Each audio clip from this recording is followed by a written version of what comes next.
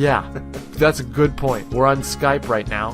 Hopefully this is being recorded by the NSA, because the problem is we just had a very funny riff going, but we weren't recording it.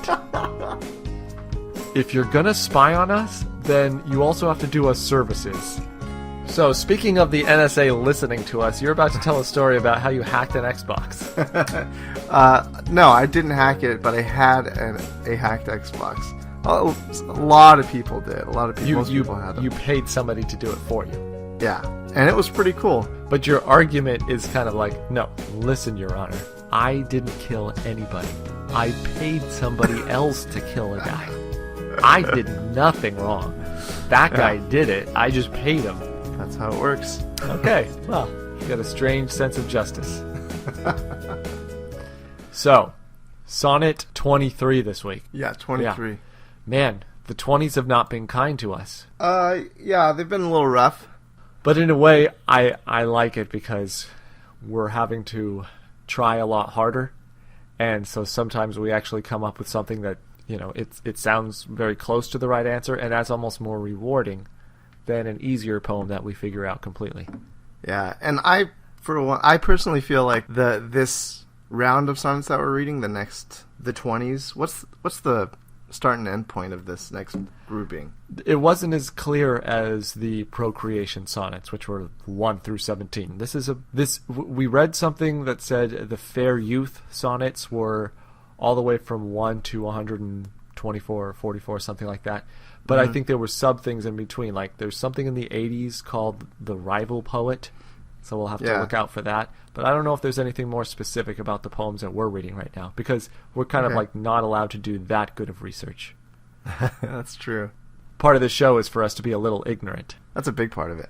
I like this section of sonnets. Shakespeare, like just reading Shakespeare do his thing, you know? Just show off his use of words. Yeah, it's so good. It's like a song where the song isn't that great, but it has a really awesome guitar solo in the middle. And you're like, the song's all right, but then there's that like 90 seconds in the middle that's awesome, and you have to listen to that song. Yeah, only for us, there's, 75% more of the song to listen to. Sure. So okay, let me come up with a better analogy. It's like a movie that's not that great, but it has a great actor in it, and he's in it the whole time, and you're like, it's a great performance. It's not my favorite movie, but he's so great in it, or she's so great in it, I love watching it. That's good enough. It's better? You need everything to be so perfect in your analogies? You don't allow me any wiggle room? I'm very strict with my analogy rating. All right. So, all analogies aside. Yeah, I think that this second section is more beautiful than the first. All right. So the first was terrible, is what Mike is saying. And this is slightly better. No, the first was awe-inspiring, and this was earth-shattering. So first I like that. That was a very nice 1-2 punch. So awe-inspiring. You just picture somebody standing on top of the earth, looking up into the sky, just with their jaw dropped in awe. Like, wow, isn't the world beautiful? And then the second round of sonnets, everything underneath their feet just turns to broken glass, and they start falling through the universe. You're like, wow. Now those are some poems. Yeah, it sounds like a really fun shrooms trip. I'm glad that Shakespeare or I could supply that to you. I don't know who to credit that to. Or no, you were the one that came up with awe-inspiring and then earth-shattering.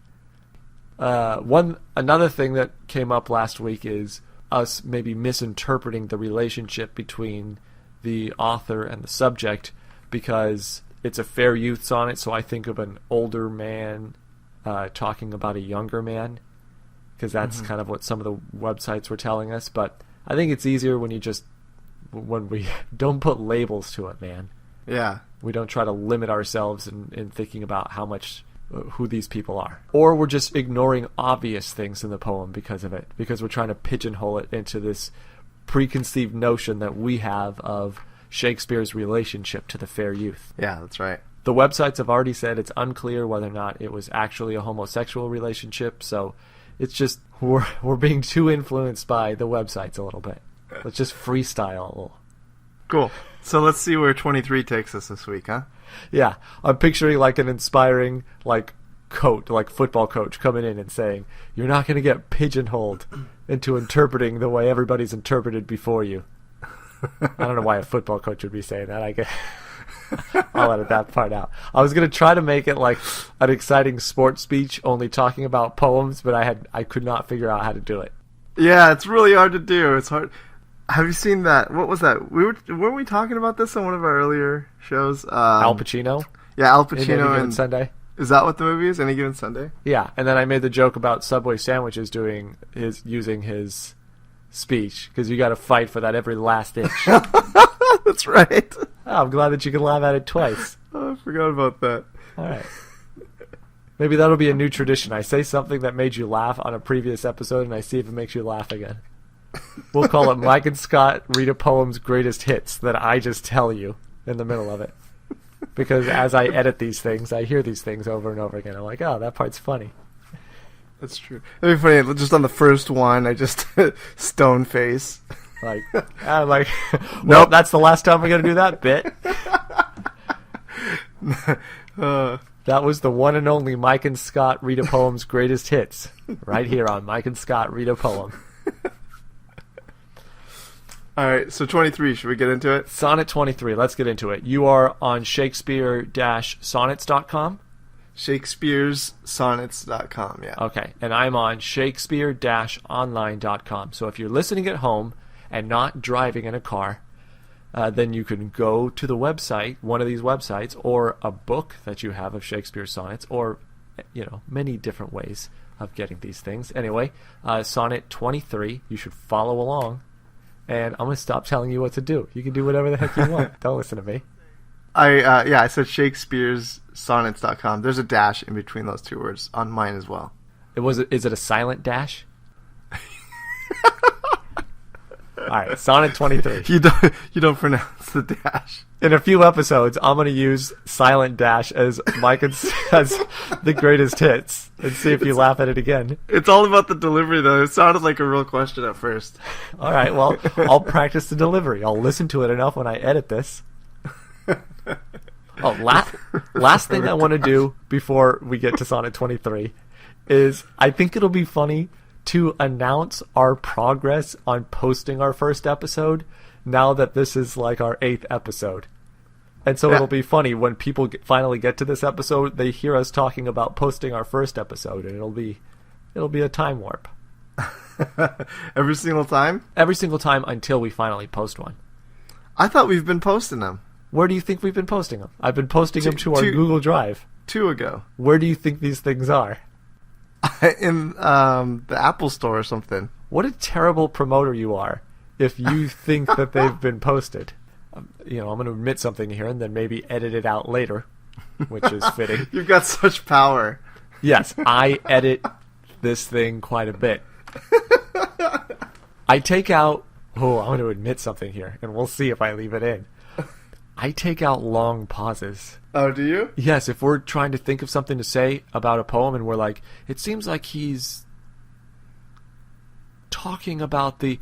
I'll make that, it seems like he's talking about the... That's what I do. That's the perfect reenactment. Yeah, wasn't that some good acting too? Yeah, it was. And here's the best thing. I'll be able to make the perfect timing if I want later. If I actually think that wasn't the perfect performance, I'll just manipulate it until it is. All right, would you be able to add silence in? Yes. Wow, so like... It's difficult. It's not something I enjoy doing. Because you'd have to copy one previous... I was going to say, you should go back when you're editing this one and make that first pause in between your two words. Make it a little bit longer. You want it longer than that, huh? Yeah. All right. So I think one thing that I could do to make that funny is have it still be silent, but record the computer fan being loud, so that you could. There's a difference in the silence qualities. So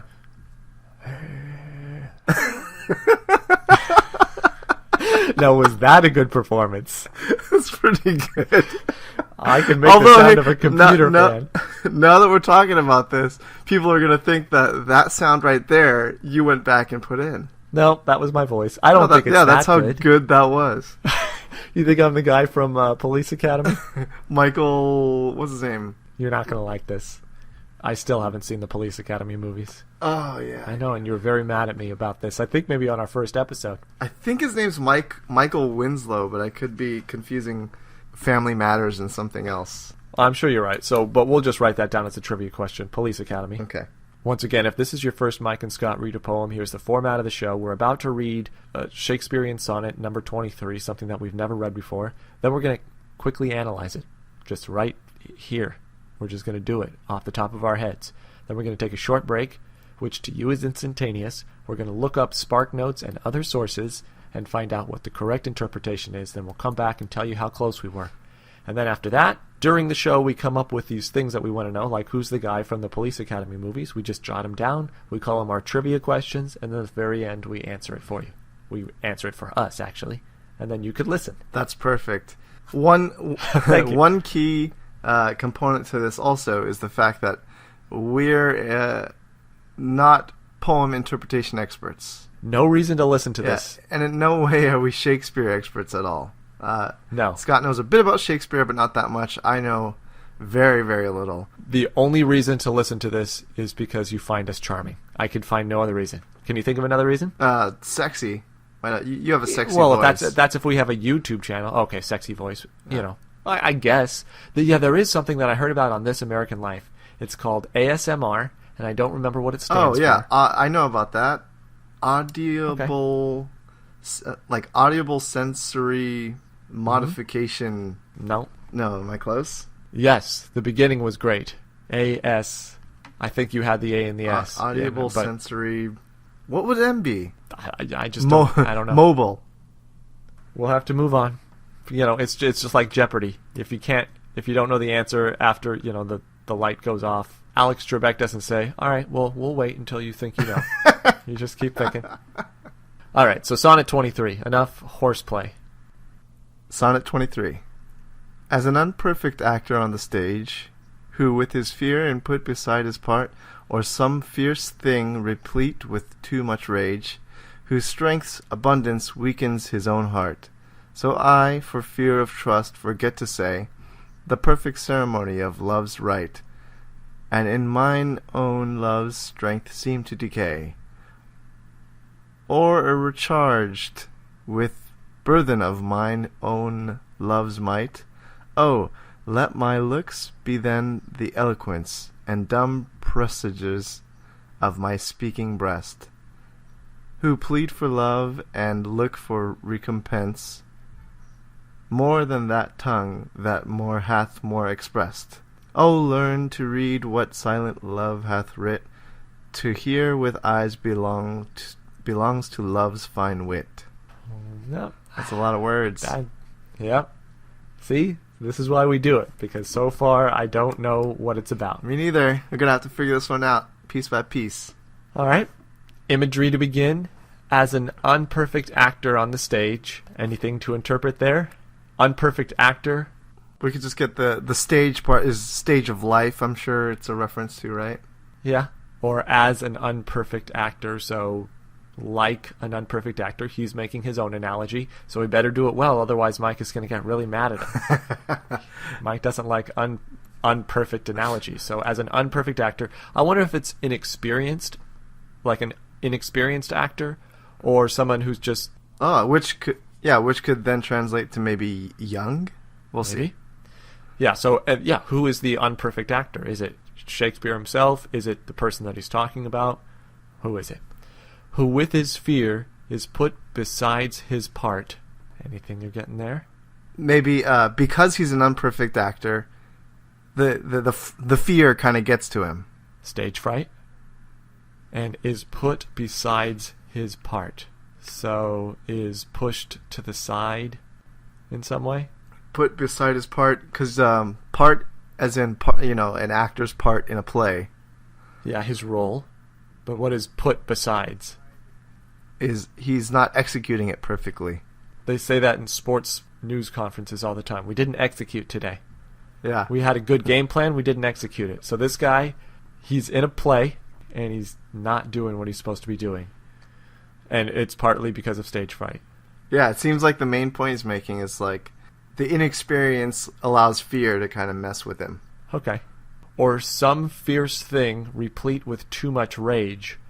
So maybe if he's talking about you, then you are like an unperfect actor who has stage fright and you're not doing what you're supposed to be doing.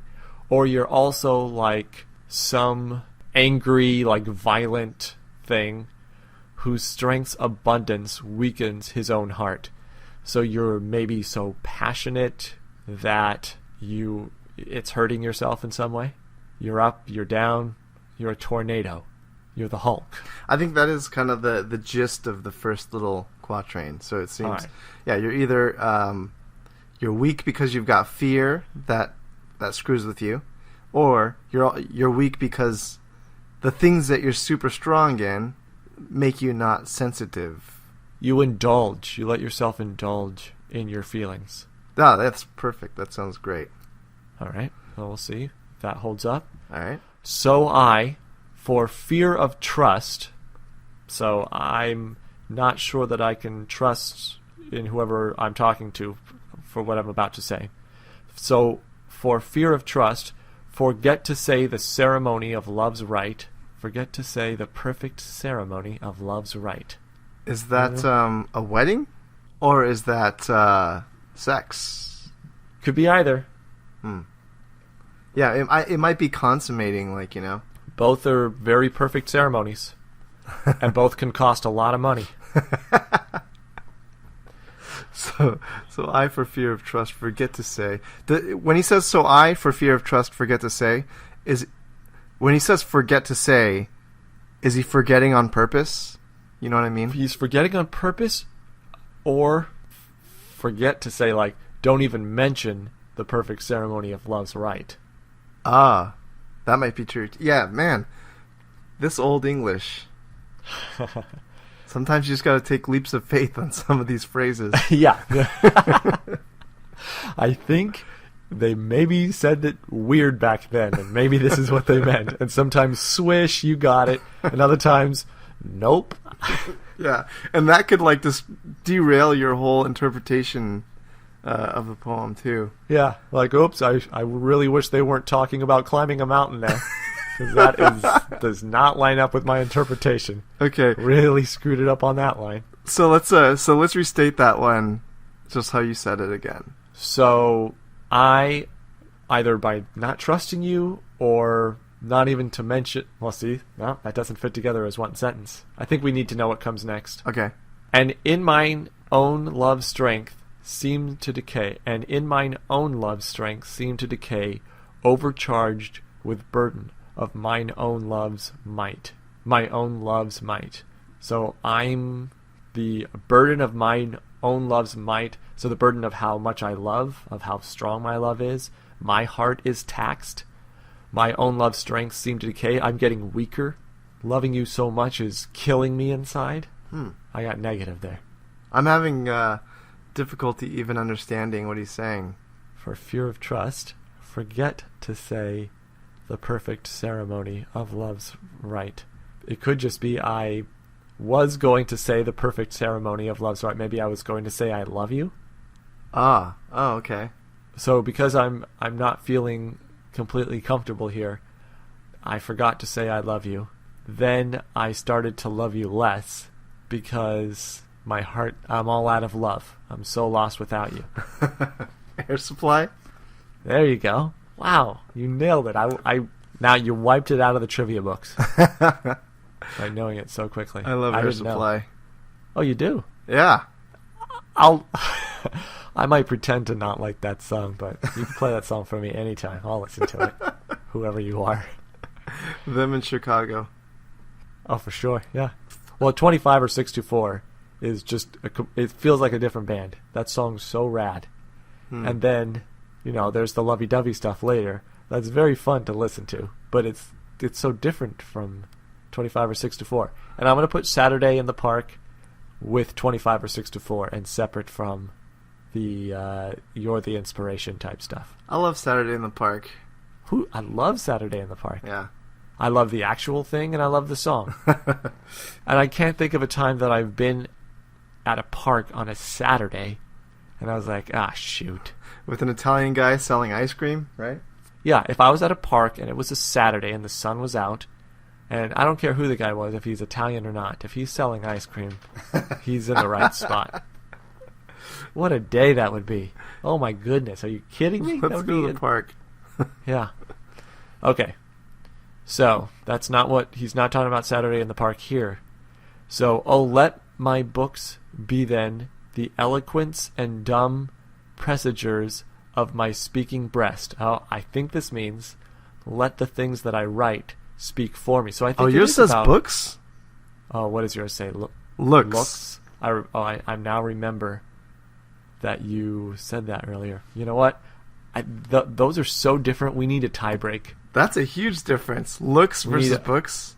We need one more version of it. I'm looking up from SparkNotes. Okay, so he's not going to look up the interpretation.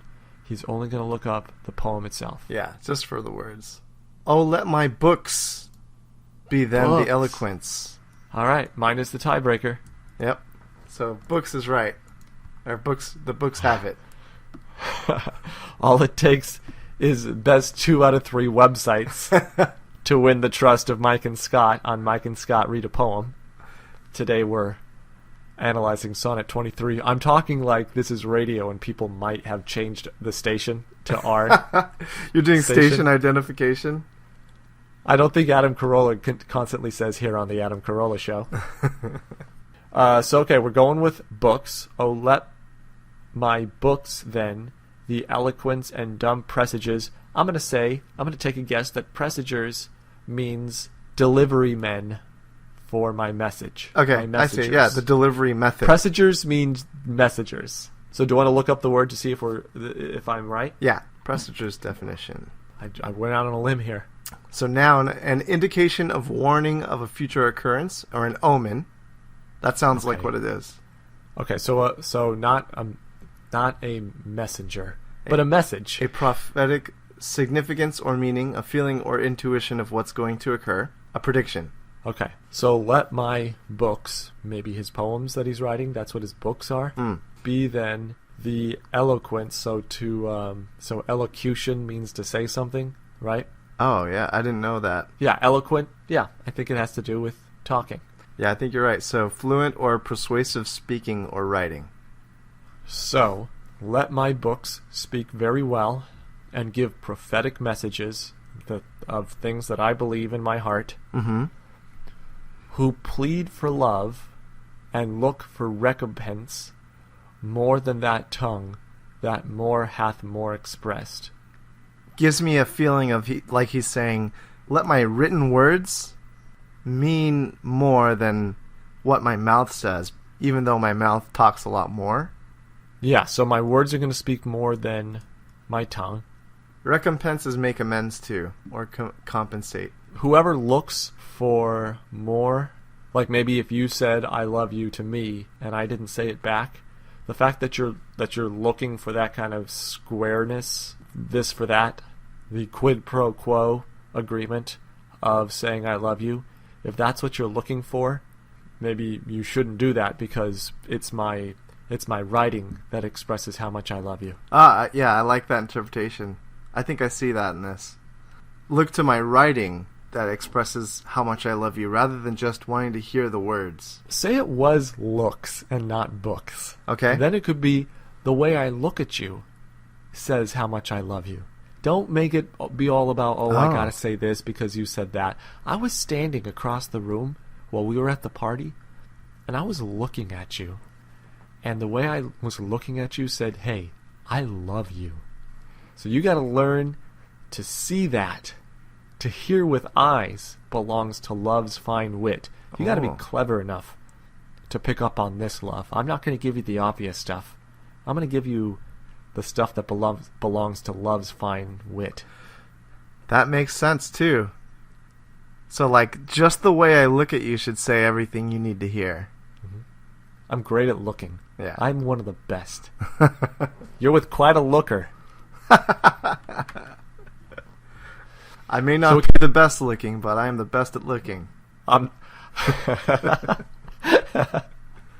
There's something you should know about me. This is our first date, I know, but there's something you should know about me. I may not be the best looking, but I'm the best at looking. So if it's books, then it's let my writing be what says I love you. Yeah. And if it's looks, it's let my eyes be what say I love you. So I think the poem as a whole means this is a great relationship that we're in, but I'm imperfect, so I'm going to do things wrong, and maybe I didn't say I love you, and because I didn't say I love you, now it's tearing at me. It's making me wither away. But there is something that you have to understand. I say I love you in other ways, and if you're looking for this you say I love you, then I say I love you thing, that's not what it's all about, because I'm going to send you signals in other ways, so you got to pick up on them. It's very important. Nice. And now so let's read the last couplet, because I just scanned ahead while you're doing that summary, and the last couplet encompasses exactly what you were just summarizing. Okay, I have to admit something. I had scanned ahead earlier too, and I used that in my interpretation. Damn, I thought you were just... I was like, oh man, he's like one step ahead he's so of in the zone. Shakespeare. He's the chosen one. He's interpreting poems he has yet to read. First it was poems that he had never read before, and then now you could just say, hey Scott, Sonnet 52, and he gives you an interpretation just based on the number. He's a savant. All right. So yes, read the couplet, and then we'll see how it fits. The couplet is, oh, learn to read what silent love hath writ. To hear with eyes belongs to love's fine wit. Yeah, I actually said the word love's fine wit earlier. So if you thought I was that brilliant, then you have a lot of cheater. faith in me. I'm so upset. I'm sorry, I took You steroids. actually read... I know. You read ahead? I read ahead. I mean, you did read it, the whole thing to me earlier. I don't know if you remember that. All right. So I think we're on to something good here. To hear with eyes. Don't just listen for the words, I love you. Learn to hear with your eyes where you're looking for my cues. Belongs to love's fine wit. Yeah. What do we think that means exactly? Emotional intelligence. To hear with eyes belongs to love's fine wit. So how smart you are about love. But really, love itself... So it's not how smart you are about love. It's love itself has a very fine wit. You know, like Cupid himself has a great sense of humor or something.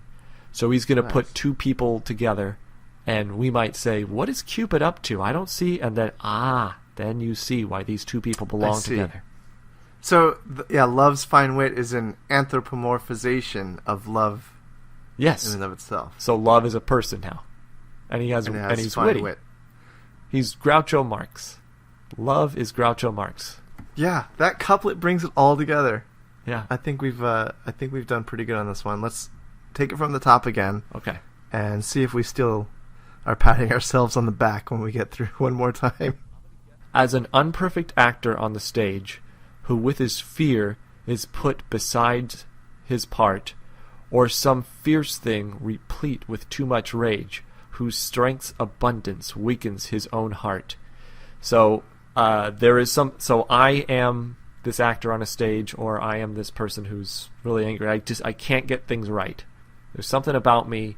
I'm very passionate, but I'm just not doing it right. So I, for fear of trust, forget to say the perfect ceremony of love's right. Ooh, that makes a lot more sense now. So I forget to say I love you, or I forgot our anniversary. Awesome. So I, for fear of trust, forget to say the perfect ceremony of love's right, and in mine own love's strength seem to decay, overcharged with burden of mine own love's might. So his love is so strong, he's kind of overcome with the burden of how strong his love is. Doesn't say I love you because he's maybe worried that it won't come back to him. What do you think he means by overcharged with burden of mine own love's might? I am overcome by how strong my love is. Wait, it's burthen, not burden. Oh, right? on mine it says burden. B-U-R-D-E-N. Mine says burthen. Well, since I've never heard of the word burthen, I'm going to guess that it means the word burden. Okay, it's an archaic form of burden. So what if it's, and in mine own love's strength seem to decay? So here I am loving you so much and it's so strong, and yet I'm falling. I'm on my knees. I'm losing. And it's because I love you so much. What about this? So it kind of connects back to the beginning where he says, some fierce thing replete with too much rage, whose strength abundance weakens his own heart. Because he doesn't say the words, I love you so much, that he doesn't say it because his feelings are so strong, but it seems like maybe the other person is interpreting him not saying I love you as the love kind of fading. I see. You think that I love you less because I haven't been saying it, but you have to understand I love you more because I haven't been saying it. Exactly, yeah. And that kind of calls back to where he said, you know, he's like some fierce thing replete with too much rage, whose strength abundance weakens his own heart. You know, my love is so strong that I don't say those words I love you, but that makes it look like my love for you is lessening over time. But it's not, you know, it's not the case. I wonder if it goes further to mean not just saying I love you, but all those things that we used to do when our love was new. All those expressions of love. You don't bring me flowers anymore. Oh, like flirting and all that? Yeah, all that. It doesn't happen anymore. But that's because that was courting or something. And now it's just this deep love that I'm going to send to you. I'm going to send you that message in other ways. Yeah, yeah. So, oh, let my looks, or books, be then the eloquence and dumb presages of my speaking breast, who plead for love and look for recompense, more than that tongue that more hath more expressed. Either the way he looks or what he writes speaks a bit more to how strong his love is than just his tongue. That more than just, hey, how was your day? Love you. Love you. Oh, learn to read what silent love hath writ. To hear with eyes belongs to love's fine wit. So look for love, the signs of love in these other ways, because using other senses means that you're living up to the level of love's wit, which, as we've said, is an anthropomorphized version of love, and he's very witty. So if you can do that, you're living like love. It's a good way to live. I'm feeling confident about this one. Yeah. How about you? Neil Diamond. Is it Neil Diamond that did every time I try to tell you the words just came out wrong, so I have to say I love you in a song? Oh, is that Neil Diamond? I don't know. So every time, that's a trivia question. Yes. Every time I tried to tell you. That's another one of those songs that you're supposed to, I don't know, roll your eyes at if you like cool music. But let me tell you, that song will melt your heart. Don't listen to it if you don't want your heart melted. So yes, this guy in Sonnet 23 can't get his words out correctly, maybe, because of his passion. And so he's going to send you cues of his love in other ways, maybe through his looks or maybe through his books. And if you could learn to read those cues, then you're something special. Yeah? Let's go to the books.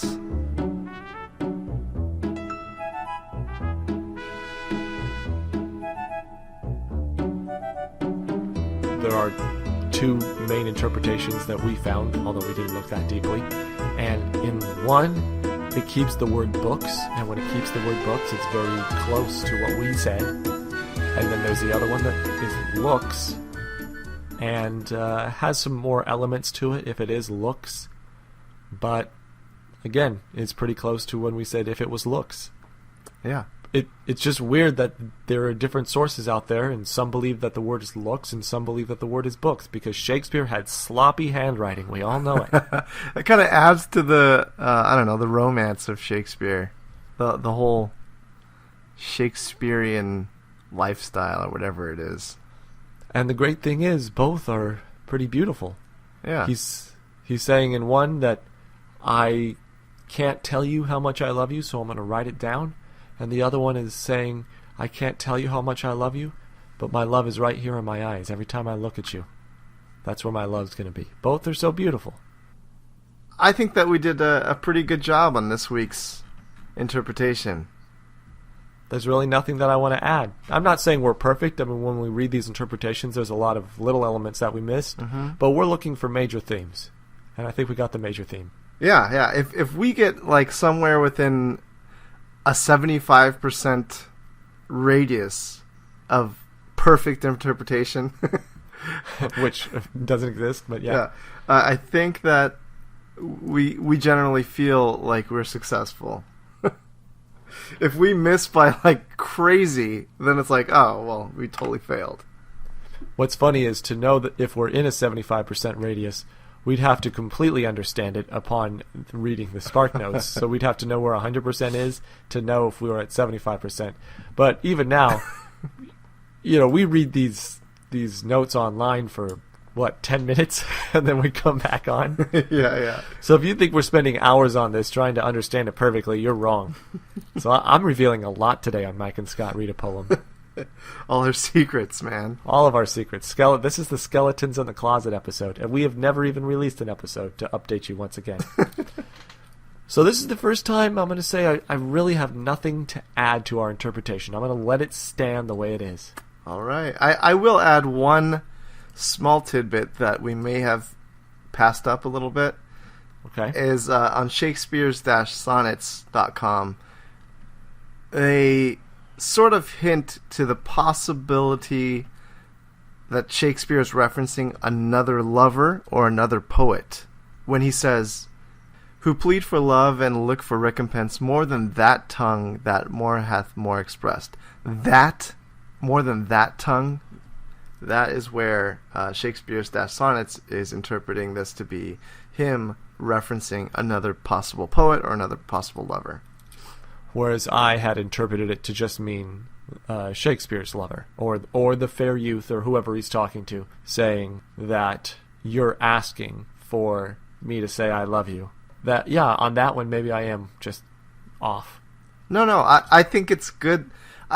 I feel like Shakespeare's Sonnets has a wider understanding of the, where all the other sonnets kind of go and how they relate to each other. So I think that is actually affecting his interpretation of that line, because he knows that, there's eventually this other lover or another poet.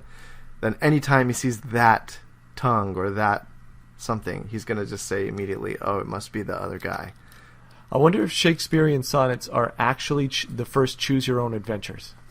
So in the beginning, if you would like to believe this is your lover, then start believing it's your lover now. And then the whole time you're like, this is his lover.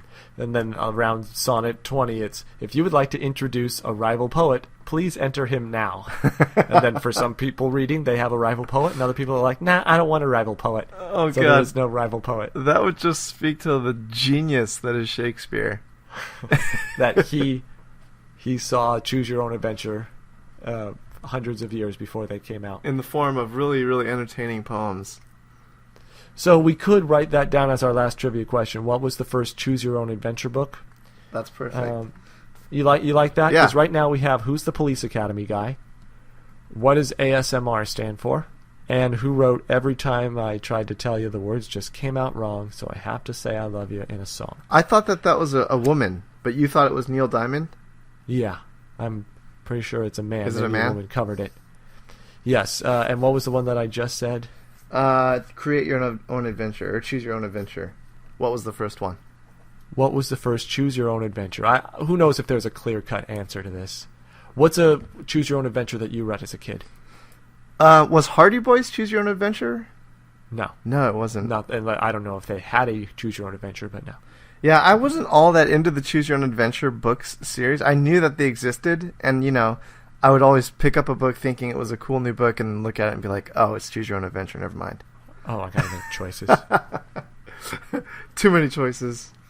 The one that I read a few times was you were in the Pony Express, and in one ending you became a deputy, and that was very exciting to me. And was it your goal to get to that ending? Like, did you know that was happening, or?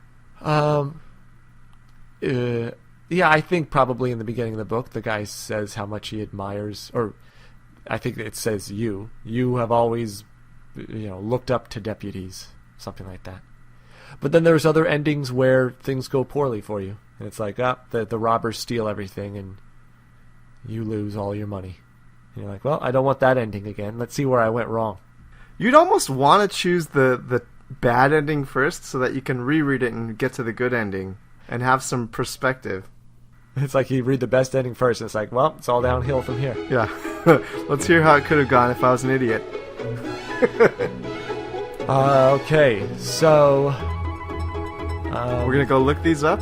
We'll be right back. Thanks for saving me there.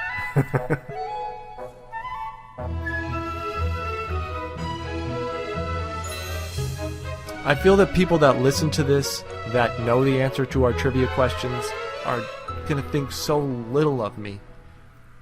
Because first, I didn't know who did the song Nothing from Nothing Leaves Nothing.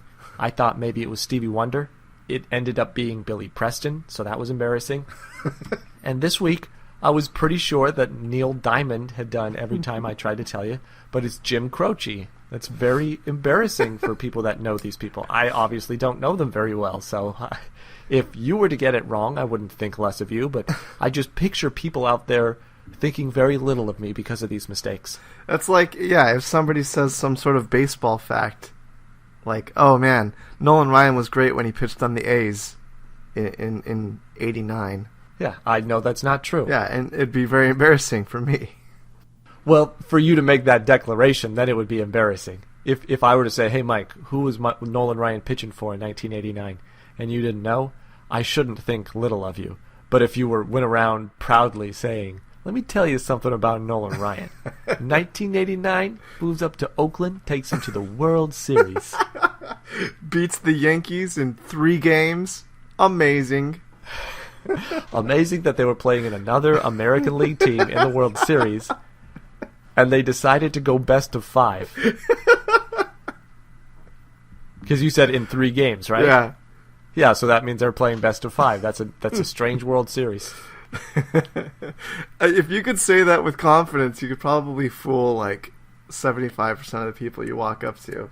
If a bunch of people in the room were like, remember 89? Oh yeah, the 5-game World Series?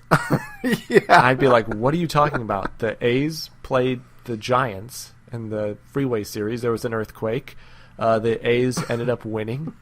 They're like, nope, that was the 5-game World Series, A's versus Yankees. And I'd be like, they can't even play each other. Well, everybody in the room thinks you're wrong.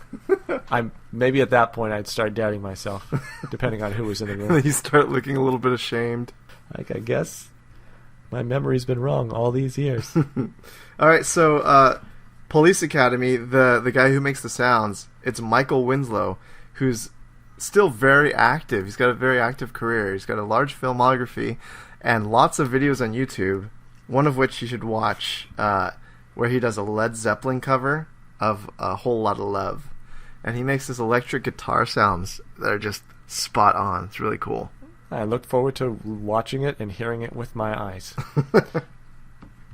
Speaking of hearing, ASMR is short for it's a what do we say that is? Because we're not saying, it's not like NASA. You're actually spelling out the words, right? So when you say the word, it's an acronym, and when you say just the first letters, it is an initialism. So the initialism. The initialism. The initialism ASMR means autonomous sensory meridian response, and it's that it's when you hear a sound and it gives you that tingly feeling that kind of travels down your spine. I get it. I don't know if everybody gets it, because according to the thing that I listen to on This American Life, some people don't get it. Some people don't get that? That's a terrible feeling not to get. Yeah, I love that feeling. Anyway, there's certain videos that can actually purposefully try to trigger that ASMR response. People have different triggers, though. For me, when I would get haircuts, sometimes it would happen. Oh, yeah. That's right. For me, it's probably when I get, like, if something blows kind of near my ear. Okay. Yeah, it's like, I don't know, it's not exactly a good feeling, but it's not terrible. Oh, I love the feeling. Yeah. I get it when somebody else is concentrating really hard. It's not like a sexual feeling at all. It's just a very relaxed feeling. It's like, I like the world right now. That's ASMR. Choose your own adventure. What? Just take a stab in the dark. What did you think? Like it was the answer to when did these books start? Well, if we're talking year, Yeah. I think it probably started in like 1982 or something. Oh, okay. See, I went way earlier. I was thinking maybe kids in the 50s had them. Oh, You're much closer. yeah. Much closer. It's actually one series of books, right? It's not like a whole bunch of different companies tried it, or is it? You're right about that too. You've been holding out on me. You had all this information about it. That's just. And I think it was the Choose Your Own Adventure series, right? Yes, it was. The first one was called The Adventures of You, Mm-hmm. and there was something else about it, but the screen isn't up anymore. But there's It was tons like- of them, right? Right, but I'm talking about the very first one. Yeah. Okay. Was called The Adventures of You in some place. I'm sorry. I'm sorry that I didn't write it down. But I'm listen, sorry, Adventures of all You. right? I'm sorry. Okay, what else do you want me to say? I can't say it in words anymore, so I'm just going to say it with my eyes. I'm sorry, but this isn't a video, so okay. So the guy wrote it in 1970, and he looked for publishers, and everybody kept turning it down, and finally in 1975, somebody said yes. So this guy had this book for 5 years, and he was trying to sell it, and nobody would. Wow. There was no Kindles back then to self-publish, so it was a small publishing house, but it sold 8,000 copies, which was big for a small publisher. So then it was sold to another one, and then it became big. Choose Your Own Adventures. Perfect. So that was our trivia question. Choose Your Own Adventure, Police Academy, ASMR, and Every Time I Tried to Tell You by Jim Croce. But you know what I really like about this podcast? Is it's us. We have chosen our own adventure, and we chose each other to go on this adventure with. Perfect. Except I don't like how I ended that sentence with. We chose each other to go on our adventure with. Well, let's just say you know Shakespeare. I'm not Shakespeare, but I am Scott. And I am Mike. And also not Shakespeare. We'll see about that. Next week, we'll see if Mike is Shakespeare. When Mike and Scott read a poem. That was a good one.